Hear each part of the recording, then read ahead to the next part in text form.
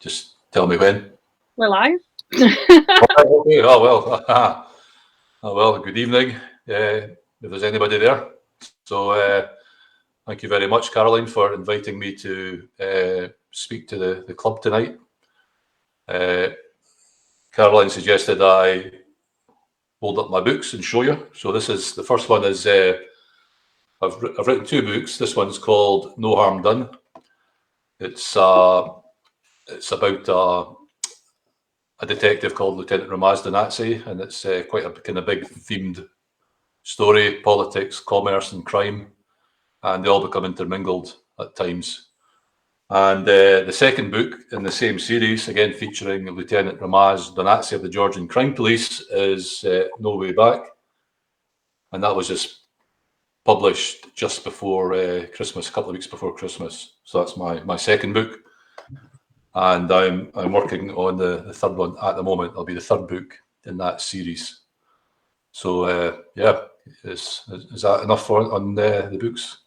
Perfect. I mean, and it's excellent news that you're working on book 3. Oh yeah, thank you. Yeah, well, Caroline was kind enough to say that she liked the first book, and she gave my second book a very nice review, which I. Right. Well. I liked the first book so much that when you booked in for an author chat, I excitedly went on Amazon to buy the second one. Yeah, I was so excited that there was another one out. I was like, this is brilliant. Thank you very much. Can I ask a leading question? What was the favourite of the two? I think the first one, but I like some of the characters more in the second. Right, okay. Yeah, a few people have said to me they like the second one better, actually, but so it's interesting what you say. I guess it's just personal taste. Yeah, and they're well, personal taste. I'm very rarely would read books that are quite action based, right, or quite gritty. So the fact that I'm a fan is good sign. Yeah, well, yeah, that's great. Yeah, it's brilliant. Yeah. So, tell us how, when I first met you last year when you came on with us, you had just been shortlisted for the debut prize at Bloody Scotland. That's right, yeah. Tell us how that came about.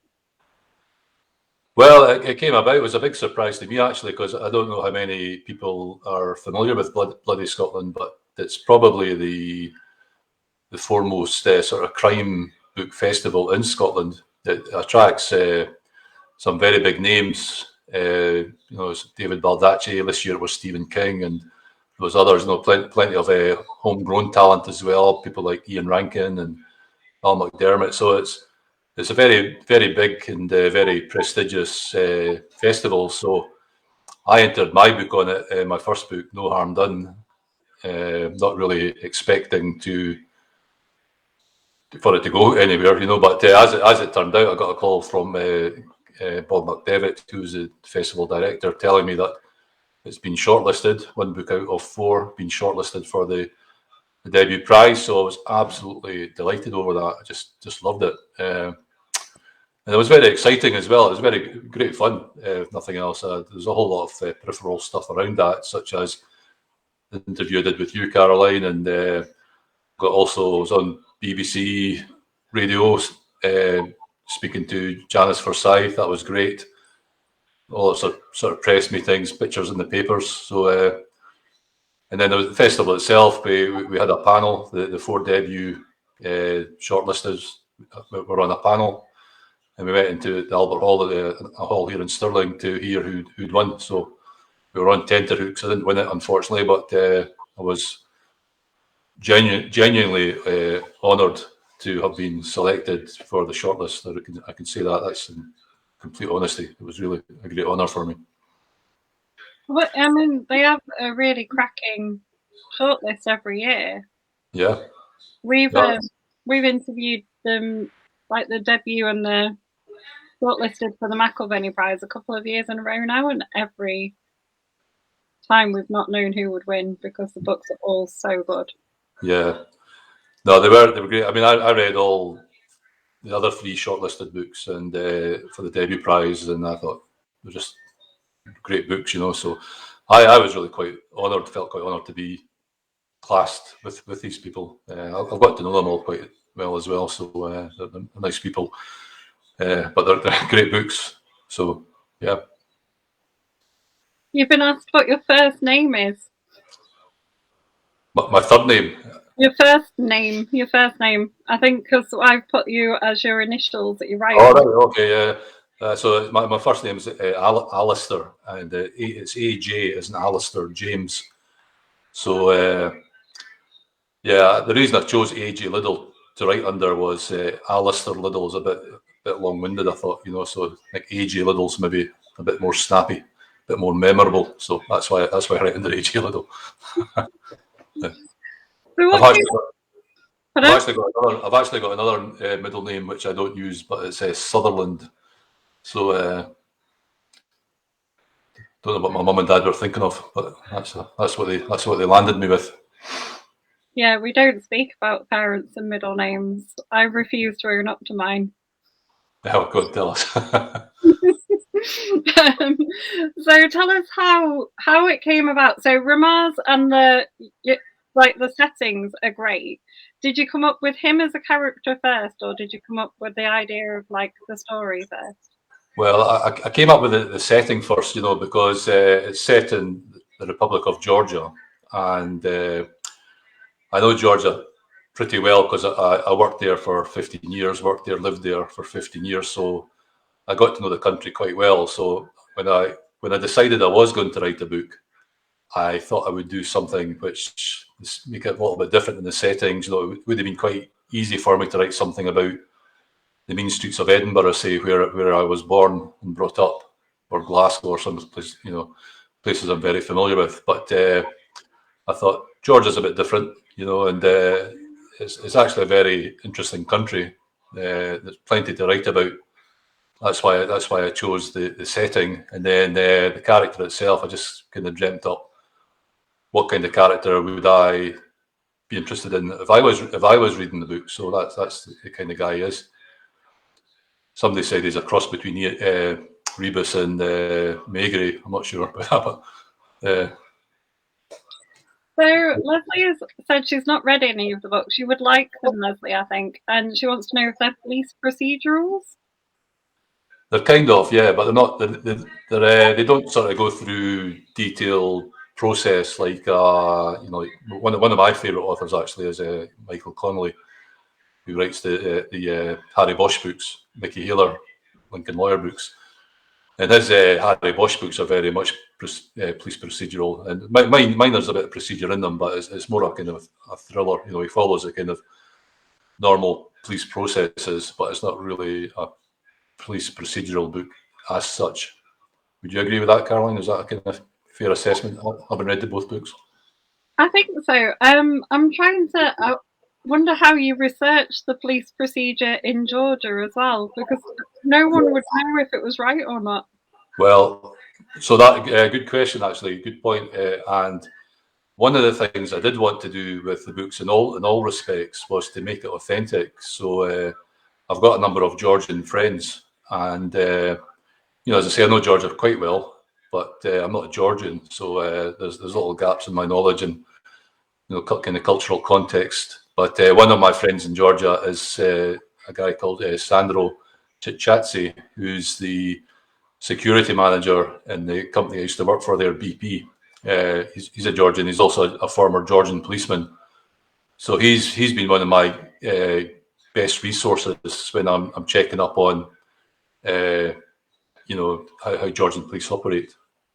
So I think it's quite authentic. You know, he reviews all my books, and you know, he's very good at pointing out where I've got it wrong, and so you know, he finds it authentic.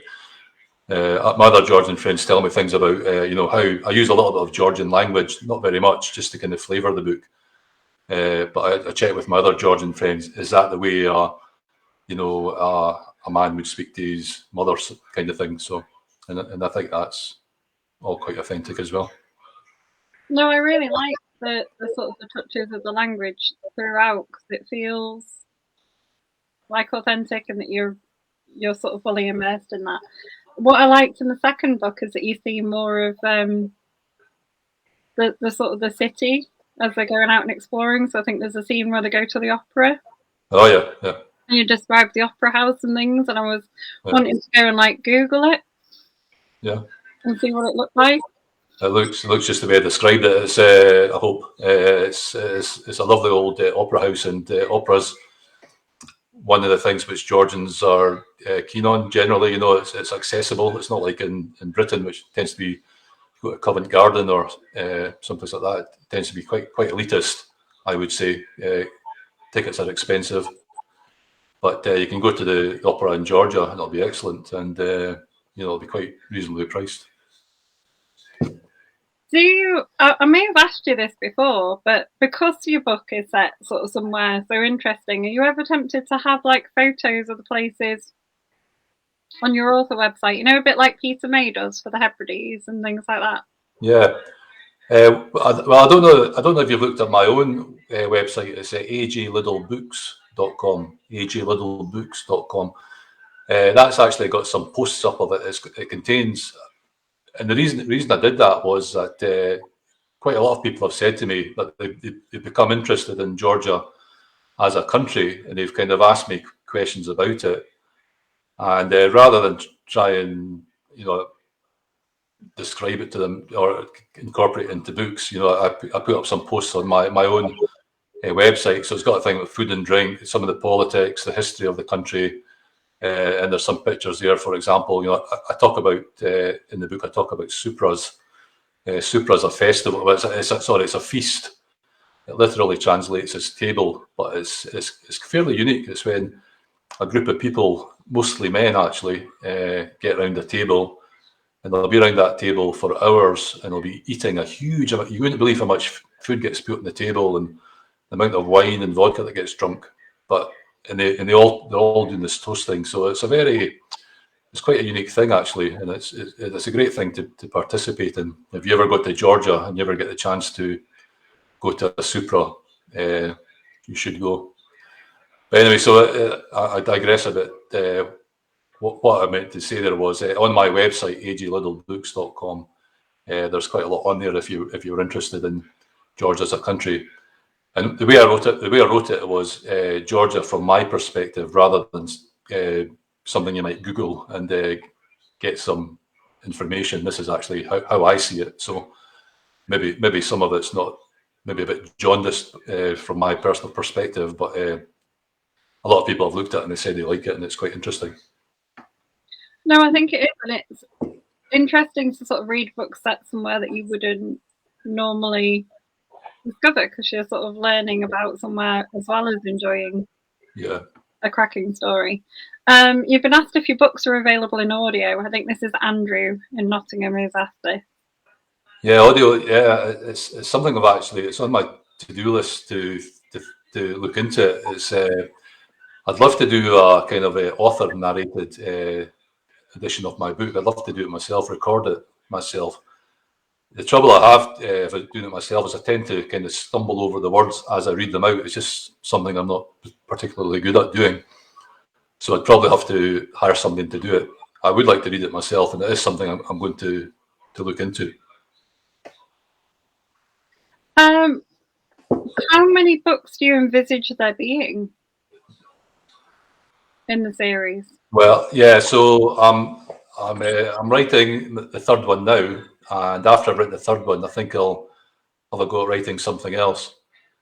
There was actually quite a funny little story about these books, because when I first mentioned to my wife a couple of years ago that I was going to write a book, and she said, "You can't just write one book; you'll have to write three." And what she did was she put 3 empty frames up on the wall, you know, to contain my books once they're written. So 1 and 2 are written out now and framed, and there's an empty frame with a big number 3 sitting on it, waiting to be filled. So that was her way of motivating me. But so I'll write 3, and then I think I'll have a go at writing something else different from that point on. I'm very interested in politics, so I might write some kind of political thriller, probably something based in this country. So Yeah, because Ramada's had a hard time. I feel like he probably needs a rest. Yeah, he has had a hard life. The country's had a hard time actually. You know, if you look into the history of the country, and ever since the breakup of the USSR, they've had it really quite tough. And it's only in the last probably 10 years maybe that they've really made dramatic improvements in ways which I wouldn't have believed was possible when I first went out to Georgia in 2003 to work. I wouldn't have believed that the progress that any country could have made in that period of time, the 15 years I was going out there. So it's really very impressive in many ways. But the country itself's had a hard time. It's through all sorts of turmoil, war, civil war, insurrection.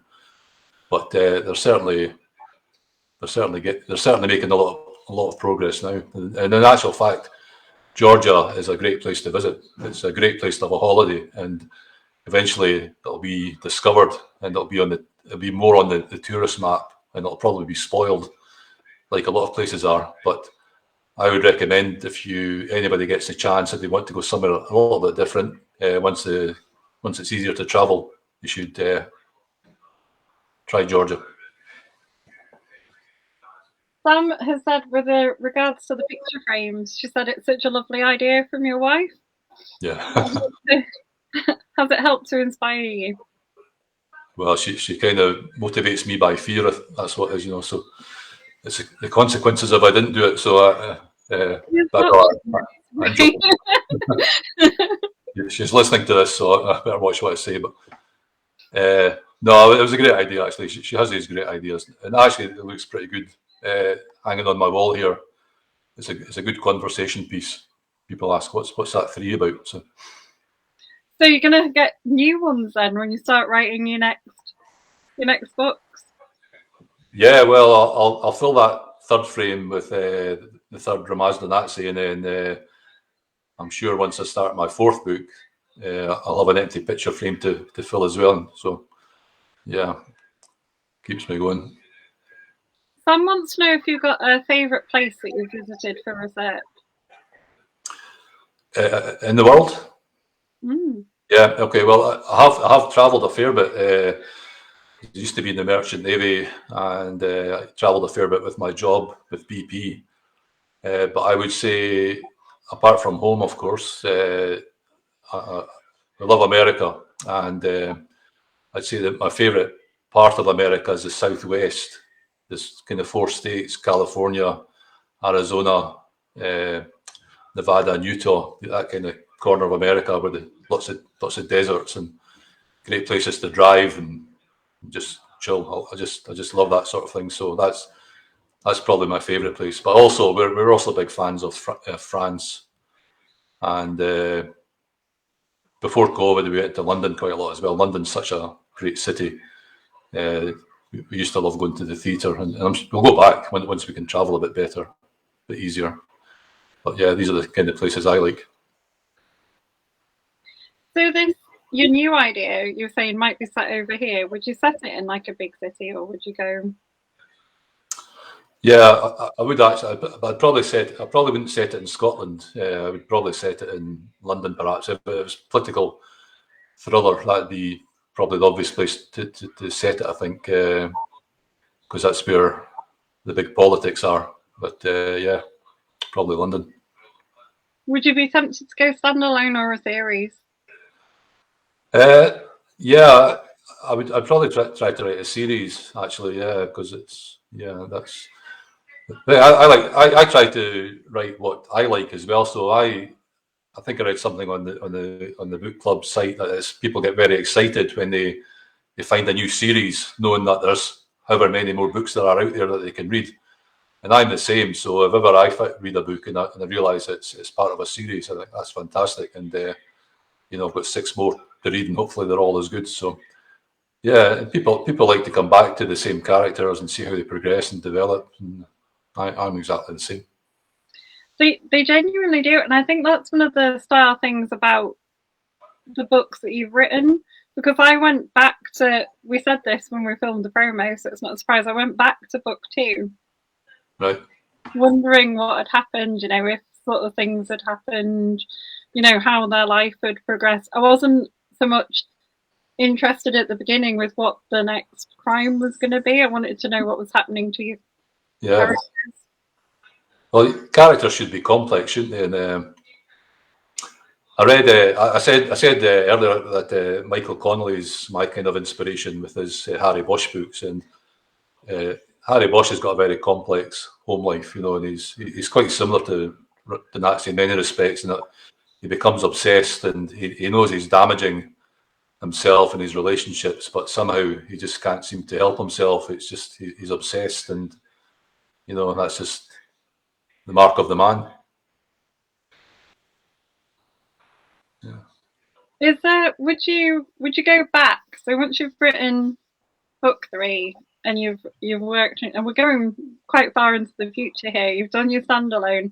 Do you think you would go back, or do you think 3 is just going to be it?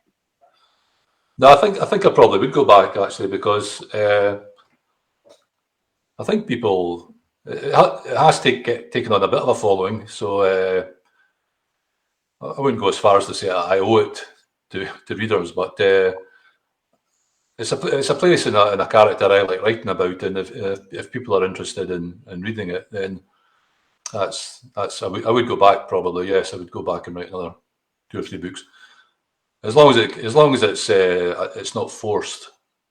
I think sometimes books in a series go on too long. They reach a natural end, and you should probably drop them and do something different.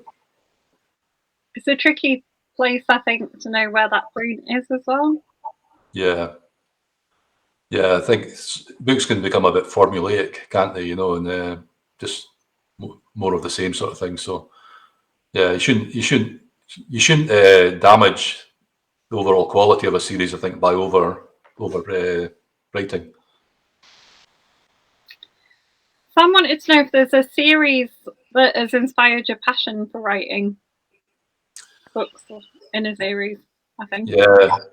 Well, I have to say I'm kind of giving Michael Connolly lots of plugs here, but yeah, Michael Connolly, actually, I've read all his books, the Harry Bosch books and the Mickey Haler Lincoln Lawyer books, and he's now Harry Bosch because he's been around a long time now. He's actually past retirement age, and he's working with a character called Rennie Ballater. So he's his kind of informal partner. She's still in the LAPD, and he's retired, but they're still working together because they've got the same kind of passion. So he's probably my favourite crime writer, and if you were to ask me who I thought the Nazi most resembled, it would be probably Harry Bosch. It wasn't a deliberate attempt to copy Harry Bosch, but I think he's got a lot of the same characteristics. Yeah, but he's his own man. I don't know that I would. I can see it when you said it, but I wouldn't think Harry Bosch. Yeah. Do you have a favourite character that you created? Yeah, I do actually. And a lot of people have said this to me. It was a character from the. Well, I'll give you 2 actually, if that's okay. The first character was from the first book, and it was the character of Afto. You remember Afto?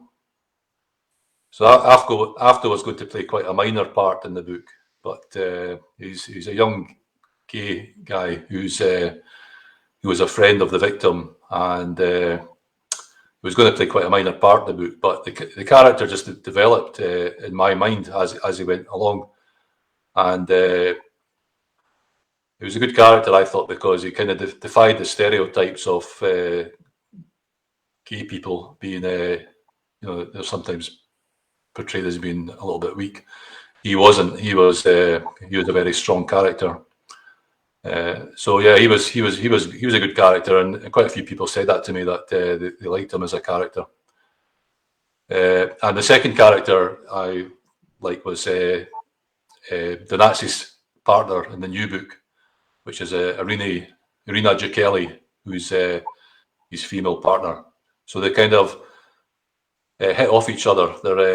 she's totally different from him, apart from being a woman, of course. But she's very young, idealistic, and she feels a bit unhappy about the way the Nazi goes about things at times. But they've got a very good relationship and a lot of respect for each other, and I think the chemistry between them worked quite well. And so she's probably my second favourite character across the two books. Yeah, when we spoke last time, I said mine was the retired kind of. Yeah, the old policeman, Levan Glovelli. Yeah, that one. I'm still a fan of him. He's great. He grows on me more as I read him. But I also really like the priest in the second book. Yeah, yeah, he was a bit of a contradiction, wasn't he? But yeah, I thought he was a good character as well. I'm being a bit modest here, but yeah, I did. I thought he was. I thought he was a good character. He was, because he was a contradiction. I think that made him interesting. Yeah. Yeah. We won't say anything more about him now. No, I don't. I'm not very good at avoiding spoilers. I sometimes do it without thinking. Yeah, so we'll move swiftly on. Sam wants to know if your characters have been received in the way that you see them as an author. Received in the way, yeah. I think so. Yeah, it's. I believe so. Well, actually, there's a good question. Mostly that's the case. I think the Nazi is quite a kind of righteous character. He's rough at the edges, but he's essentially a good man who wants to do good things. But one of the reviews I read of my book in Amazon, there was, the first book, No Harm Done. Generally, I've had good reviews, 4.5 generally on average. But this was a 2-star review, and the review said really couldn't take the Nazi as a character. He's meant to be rough at the edges, but there's just nothing about him that she could like or he could like. Okay. Yes, everyone's entitled to their opinion. So it's the way that particular reader read the book, and which is perfectly fair and legitimate. So, but the majority of people, I think, see the Nazi the way I intended him to be, which is a guy who kind of skirts the law at times and a bit rough at the edges. He's got quite a lot of his own problems, but he cares. That's the main thing. He cares, and he wants to bring justice to the weak and the defenseless, take on the corrupt and the powerful. So yeah, generally, I think the characters are received the way I intended them to be received. Have you ever had a response to, so apart from the one about romance, have you ever had a response to someone that you wouldn't think people would like as much as they have?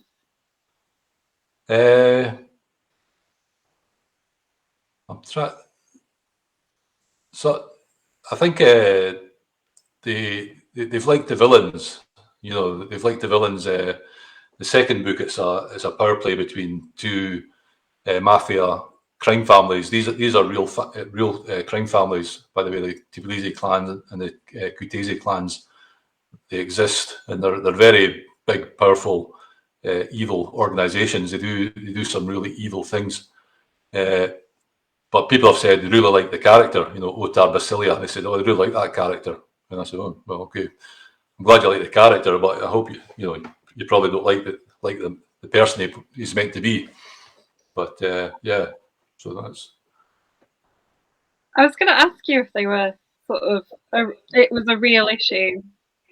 Yeah, no, definitely. It's the second book is kind of themed along the lines of human trafficking, and it's trafficking women from different countries into the EU as sex slaves, and it's horrible. But it's a real ongoing issue. It's happening, and it's young women who are often just tricked away from their family homes by men who they think are their boyfriends and who care for them, and they don't. They just they do what happened to the victims in my book. They lock them up, get them hooked on drugs, ship them off to Germany or somewhere within the Schengen area in the EU, because you don't need they don't need visas to get in. So yeah, it's a real issue. Yeah, that was the thing. When I was reading it, I was like, it's not a route I would have thought would be taken, but it was a thing I wanted to ask you about. Someone wants to know who reads your books first. Sorry, say again? Someone wants to know who reads your books first. Yeah, well, the person who reads my books first and the most often, apart from myself, is my wife. So what we tend to do is I'll write a couple of scenes, and then I'll read them out to her, and she'll give me some good pointers. And nine times out of 10, I agree with her. Every now and again, I'll push back, but 9 times out of 10, I'll agree and say, yeah, that's actually right. Sometimes I'm a bit reluctant to admit it, but normally she is right. And what I sometimes get wrong, and I think a lot of men do this as well, is that they sometimes kind of miss the female perspective on things. An example of that was the first victim, when Danazzi goes to meet her mother. Her mother describes her as a prostitute, and my wife said no mother would ever talk about her daughter as a prostitute. And yeah, I could see that right away, you know. So it's good. So Jackie, my wife, she reads my books first, and once I've got past her, then I send it out to a bunch of beta readers, and that includes friends in Georgia and people I know who are just very, very good, competent, knowledgeable readers, and they're kind enough to read my books through and give me feedback. And the golden rule is if one person gives you feedback about something, you should certainly think about it. But if 2 people tell you something, then it's right and you should change it. So that's the process. Do you think are you planning to be at Bloody Scotland this year? I'm going to submit my book for the McAvenny Prize. So yeah, I'll certainly submit it, and I hope I'll be longlisted at least, but we'll see. There's a lot of books get nominated, so we'll see. Oh yeah, I really like, because you self-published, didn't you? That's something else I was quite pleased with. But my book was the only book out of the 4 shortlisted that was self-published. So that was kind of, and Bob McDevitt, the festival director, he kind of made note of that as well. Because if you've got a publishing house behind you, you've got a lot of resource, and they can really help polish your book. Somebody said that actually, at the prizes, somebody made that, he thanked everybody, and their editor and their publishers and the agents and everything, and somebody said, well, Alistair's got his you, Jackie. So, some of the things I like about the Bloody Scotland list, you always get sort of a range of, it's not all big published books. They really do draw the whole range of publishers and self-published books in as well. Yeah, and they're selected by there's a panel of people who read them and mark them, and so it's fair. And, if you've got a good book and it gets submitted, then yeah, you've got a good chance. Well, you've got a chance of it being selected. So, where do your best ideas come to you for a scene?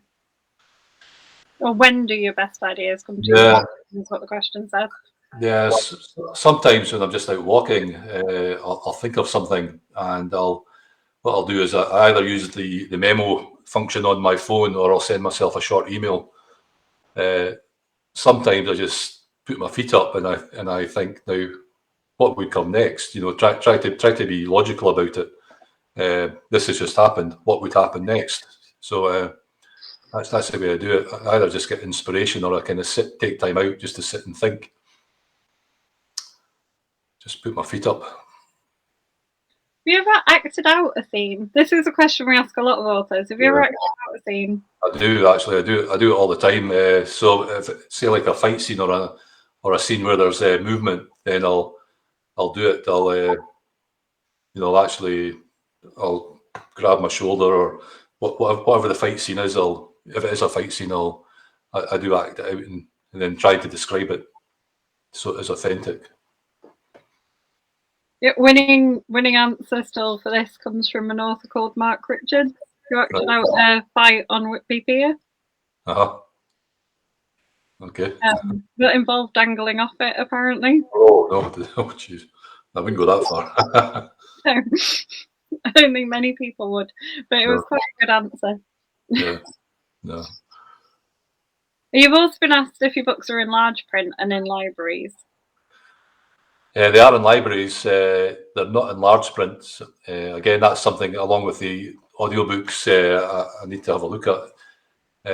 I would like, if possible, to put them in large print, because one reason for that is that my mother she's still with us, thankfully. She's 94, but my mother was a great reader. She'd read 2 or 3 books a week, and as she got older, her eyesight went and she wasn't able to read, and we did get her some large print books for her to read, and that really made quite a big difference for her. So if my own books had been in large print, she could have read them herself, but as it was, we read them to her.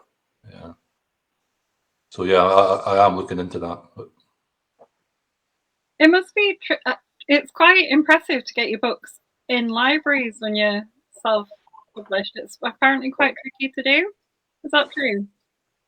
I don't know. I got approached by libraries asking for them, so I don't know.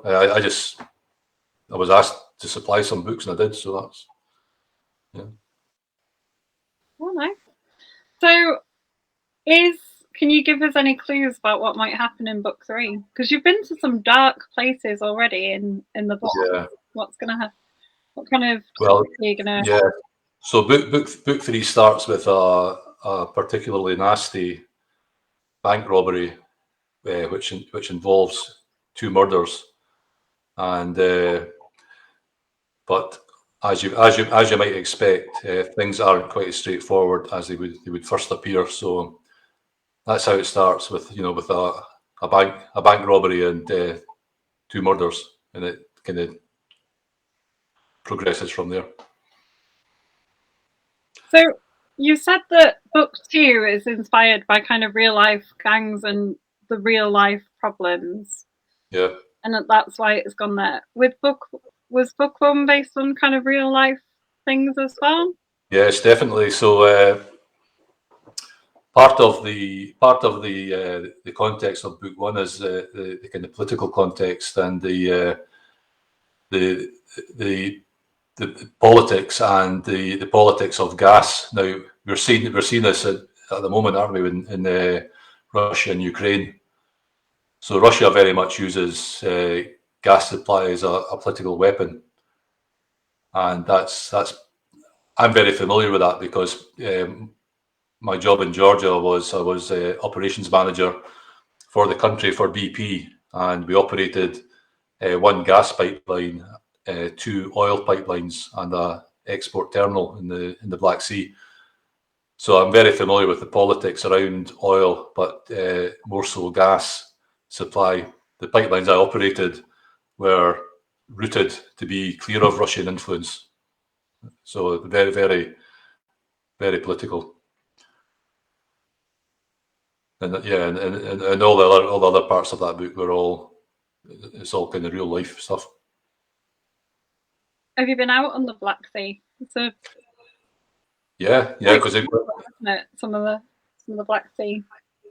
Yeah, I used to operate a terminal in the Black Sea, so we had tankers coming in to load crude oil, and I'd go out in the boats to have a look at the tankers and have a look at our operation, and yeah, I've been out in the Black Sea lots of times.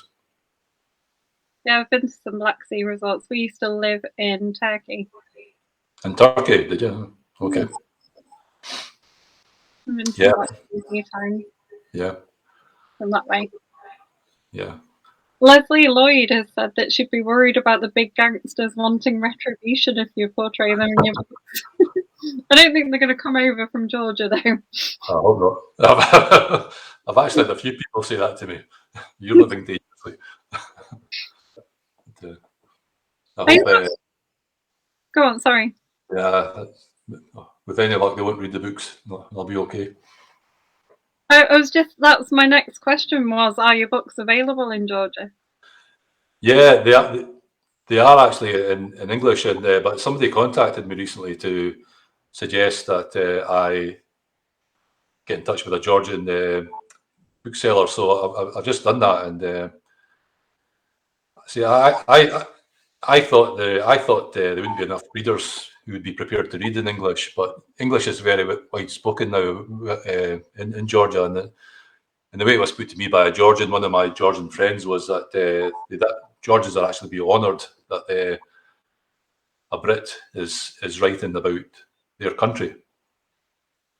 So that's something I'd like. It's not going to be a huge market because the population of Georgia is only 4 million. It's smaller than Scotland, but yeah, it'd be nice to get the books in there as well.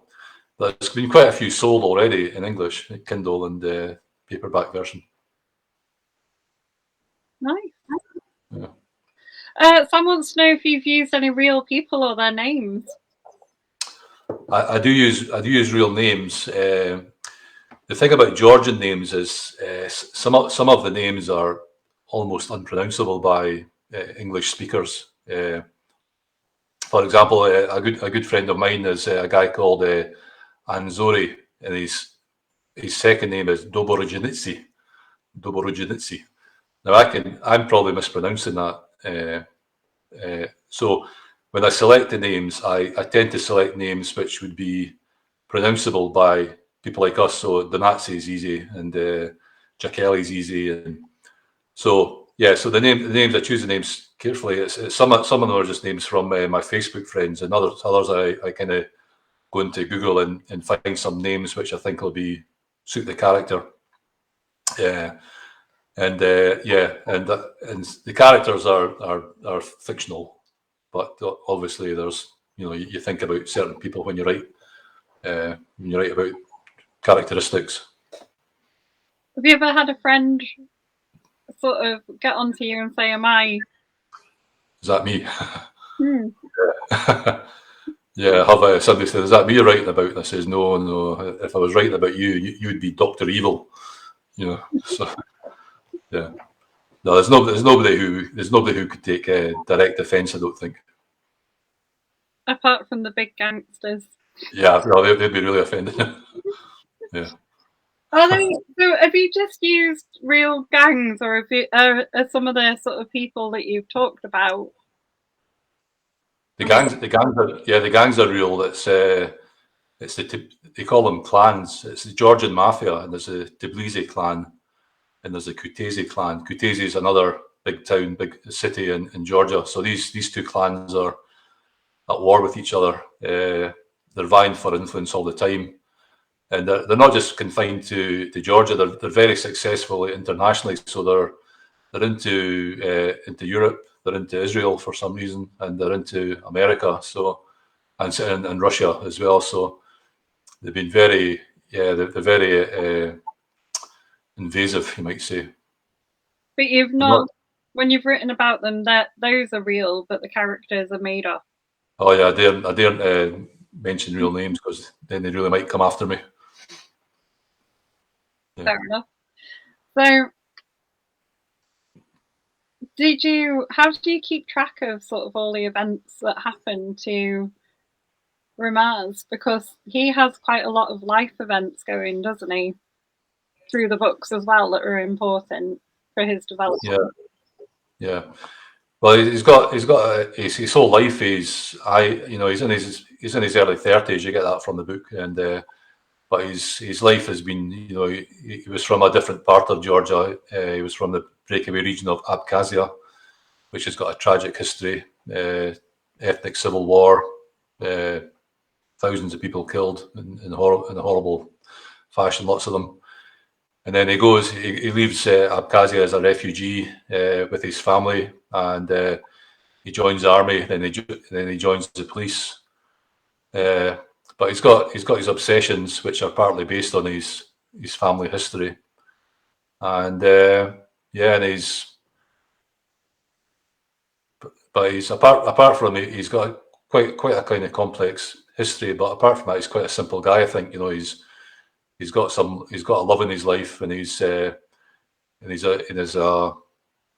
straightforward sort of guy. You know, he's got things that he thinks are important, like bringing justice for people who don't have justice, who are too weak to get it themselves, and that's really what drives him. Sam is asking you what you've learned from writing books 1 and 2 that will help you with book 3 and beyond. Yeah, well, I think my second book is written better than the first. Technically, I think I made fewer technical mistakes in the second one. Well, the first one couldn't have been that bad if it was shortlisted, but so I think I'm getting better all the time. I try to educate myself. You know, I've just finished this online course run by David Baldacci, and that was really very interesting. And David Baldacci gives a lot of good hints, good tips and techniques how to write the sort of things you should be thinking about. You know, compelling dialogue and interesting characters, and you know, creating tension, and so all that stuff's in there. So I do try, and it's probably part of my nature is, you know, I'm always looking to be better at things, and so I started off writing. I think I did a reasonable job of the first one. I think my second book's better, technically at least, and I hope the third, because I'm still learning and getting better, I hope will be even better again. Well, they're great.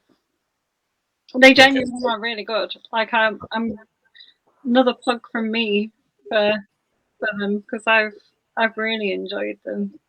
Thanks.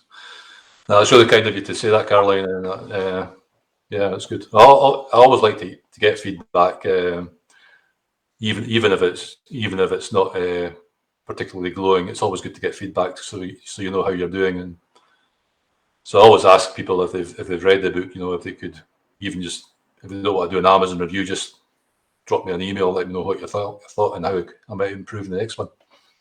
I'm always open for that. So one of the group's other favourite questions is, tell us what the last scene you wrote was, without giving away a spoiler. Right. So yeah. So the last scene I wrote, which I wrote today, was about 1,000 words, and it's when the Nazi and his partner Irina Jekeli go to interview not the victims, but the victims' family. So it's a conversation. It's how they treat that interview process, given the sensitivities around the fact that, you know, they've lost a family member. There's quite interesting scenes where you've written them going to interview witnesses. I think they go to one in the village and talk to witnesses, and they're putting out like food and drink for them when they arrive. Yeah, well, that's a Georgian thing, actually. Hospitality is there's lots of countries claim to be hospitable, but they're not all as hospitable as they think they are. But in Georgia, that's really the case. So you would, it's just part of their culture. You'd go into somebody's house, and the first thing they would do would start setting a table. You know, they'd be bringing out food and jugs of wine, and it's just what they do. So even though they're going to interview someone who's lost somebody, you know, that it's so ingrained in their culture that they'll think of the hospitality, look after their guest. I think it's little things like that sort of make the book feel authentic, though. Yeah, thanks. Yeah, the Georgian hospitality is wonderful. It really is great. It sounds good. You're selling it as a place to go and visit. I would recommend it. I'm going back as soon as we can. Maybe this year sometime. Does it have a sort of a thriving tourist industry? Yeah, it's getting more busy all the time. I noticed that going through the airports, that the airports were getting very busy. And in actual fact, I think it was the year before COVID, or maybe the year before, but Vogue magazine had named Georgia as the most, or the number one place to go for somewhere a bit different. Can't remember exactly how they classed it, but something like that. So if you like travel and you want to see someplace which is a little bit different, lots of culture, lots of history, then I would recommend Georgia. Is there, so you'd write a book over here maybe, is there another country that you've visited that you'd quite like to set a book in? Yeah, that's a good question. Yeah, it'd have to be somewhere, I think, with there's plenty of shenanigans going on. Russia perhaps.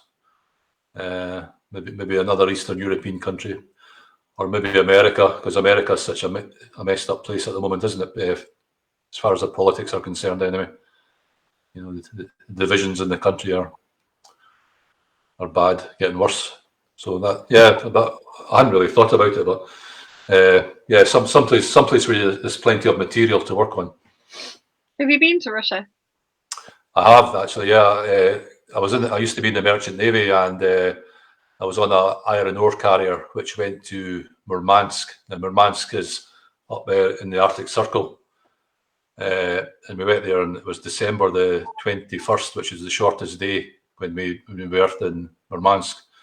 But it was so cold that all the seawater froze in the ballast tanks, and with all sorts of problems. And it was so cold; it was like minus 30 degrees, and it was a horrible place. It's memories I have of it are lines of women, and it was women queuing outside shops with their bags to get whatever food was available. Horrible looking fish and the fishmongers, and so yeah, that was Murmansk. There'll be nicer places than that, obviously, but that was a bad impression. It doesn't make you want to go back. But certainly not Murmansk. Yeah, I think Moscow and St. Petersburg would be good places to visit, but yeah. I would love to go into Russia, but the closest I've been is Helsinki. Right, yeah. And there were like 2 ways you could go into St. Petersburg, and it was quite confusing because one needed a visa and one didn't. And we were like, probably not somewhere you want to end up if you'd needed a visa and you didn't have one. Yeah, no, that's true. Yeah, my sister was in Russia a couple of years ago. She was saying it was quite a lot of hassle getting the visas in place to go. Yeah. It seems quite complicated, so we didn't risk it while we were already somewhere else. No. Might have to be a long visit. Yeah, well, there's plenty of time. True. So we're coming up towards the end of the chat. Is there anyone you would like to write with, that you like co-write with? Well, yeah, coming back to this guy Michael Conley again, I'd love to write with him. But there's some great other authors. Ian Rankin's a great author, I think. Paul McDermott, another great writer. Probably the person I liked most as a writer, he's dead now, unfortunately, John le Carre. I thought he was such a beautiful writer that, you know, I'd be reading one of his books and I'd read a section of his book and I'd just go back and read it again, just because it's just so beautifully written. It's just what a gift to be able to write as well as that. And so I've read all of his books apart from his last one. I can't remember what it's called, but the reason I haven't read that was because I read some reviews and it was they were kind of suggesting it was rushed out after he died and it wasn't really ready for release. I thought, well, I'm not going to spoil my memory of John le Carre by reading something which he himself wasn't ready to put out. So, but yeah, great writer. And without naming Michael Connolly's latest book, what's been your favourite read recently? Well, it's the one I'm reading at the moment, actually. It's I'm sure some of the people here will have read it already or are reading it. It's Girl A by Abigail Dean, I think. Sorry, my mind went blank there. It's a tremendous book. That was her debut novel as well, but it became a bestseller. really well written book. I don't know if you've read it or heard of it, but it's well worth reading. I've not You've read heard it. of it, yeah. I think it was the book of the year, New York Times book of the year or something, 2021, and it's tremendously well written. I've gone on a bit of a J.D. Salinger. Catcher in the Rye, yeah. Well, I've read Catcher in the Rye far too many times. It's one of my favourite books. Yeah. I read Franny and Zooey recently, and then just bought another one. Right. To carry on. Yeah. Yeah. So I think Catcher in the Rye is the only J.D. Salinger book I've read, but I'm always looking for good books to read. So yeah, I'll maybe go back and have a look. Yeah. So who else? So I don't just read crime. You know, I like it. I like to read other stuff as well. I like historical books. Like I read books about fairly modern history, sort of probably from the First World War onwards. First World War, Second World War, Korean War, Vietnamese War. I like to read that sort of stuff. I read biographies. So Keith Richards, Elton John, I've read their books quite recently, and political biographies like Tony Blair's. You know, regardless of what people think about Tony Blair, his book's quite interesting. So yeah, quite lots of. I think it's good to read different genres, isn't it? Oh, it is. I love reading different genres. One of my favourite books from not this year, but probably the year before, was a book called The North Sea Tale, and it's set. Right. It's like a locked room mystery on a fishing trawler. All right. Up in the North Sea. Wow. Yeah. That's well worth the read. Right. I'll maybe have a look at that then. Yeah, it's by a guy called Christopher. Right. Okay. Yeah. Yeah, that's good. Anyway, finish us off. So we've got 3 minutes left. Finish us off with a reminder of your website. Show us off your books. Right. Okay. Well, just like to thank you, Caroline, and everyone who's joined this online chat. It's been really good. So again, this is my first book, No Harm Done, which was the book which was shortlisted for the Bloody Scotland debut. And this is my most recent book, No Way Back, which was just published about a month ago now. And these are the books. So, and the third one in the pipeline. And my website, which you might find interesting if you're interested at all in Georgia or anything else about me, perhaps, is AJ Liddle Books. That's one word, ajlidlebooks.com. And there's some decent posts in there, and you know, if anybody wants to get in touch, drop me a note. It's feedback on my books or just any questions you would like to ask. Just please feel free. Have you got a book title for book 3? No, I actually wait till the books suggest a title to me as I write it. So No Harm Done and No Way Back, they just kind of sprung at me towards the end of the books, and I just rely on something obvious coming up as I write. It's just called The Nazi 3 at the moment. I'm still going to read it, whatever. From her Sergio website, I heartily recommend all of the books. And she's also said, thank you both so much for a great interview. Best of luck with book 3. Well, thank you very much, Sam, and everyone else. I've really enjoyed it as well. The time, I can't believe how quickly that hour's gone. It's amazing. That's flown, hasn't it? Yeah. Thanks so much for taking part. Thank you, Caroline. Thanks, everyone.